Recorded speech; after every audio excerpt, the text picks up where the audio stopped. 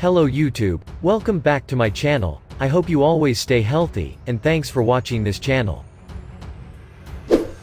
Today we will talk about, U.S. Special Forces participates in Swedish-led exercise.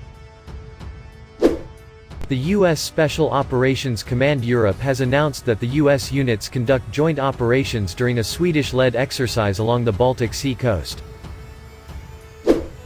Swedish JAS-39 fighter jets and US CV-22B, F-15, and MC-130 aircraft flew over Gotland, during a joint exercise across the Baltic Sea, the Special Operations Command Europe has announced.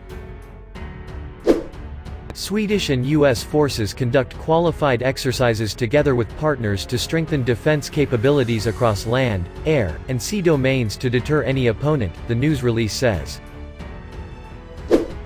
The exercise involving U.S. units has been planned for a long time and is conducted in November, and it is a part of Swedish-U.S. bilateral cooperation.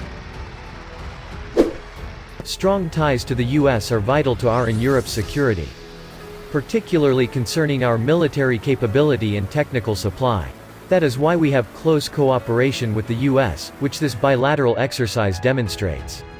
The exercise reinforces our capability to conduct advanced air operations and efforts in Sweden and abroad, says Colonel Malin Persson, head of the Skaraborg Air Wing. U.S. personnel is staying and working at the Skaraborg Air Wing for the duration of the exercise. Host nation support means that the Swedish Armed Forces, as well as other public agencies, invites and enables foreign units to operate on Swedish territory, with logistical and practical support. The hosting unit must be thoroughly prepared. My focus for host nation support is based on 3S, safety, security and service, Colonel Persson continues. Safety means safe operations, and to minimize risks of accidents and incidents, both on land and in the air. We have also prepared for managing the risk of COVID-19. Security is achieved through protection and surveillance of our operations as well as a high level of information security, and providing good service to the visiting units. I see this as the foundation. Air safety and operational security form the basis, to make sure that no one is injured. We must also ensure that we protect our protection-worthy assets. This is a highly classified exercise, which is important to consider, Colonel Persson says.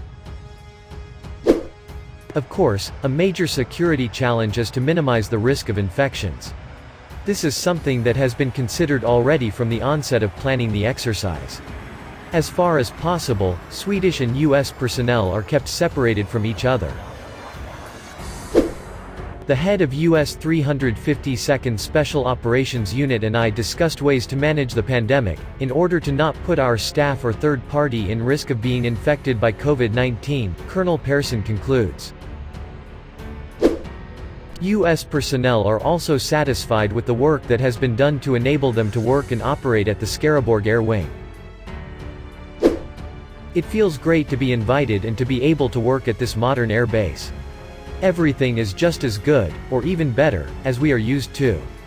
And the Swedish Armed Forces has been very keen to solve our every need, says the head of the 352nd Special Operations Unit in the U.S. Air Force.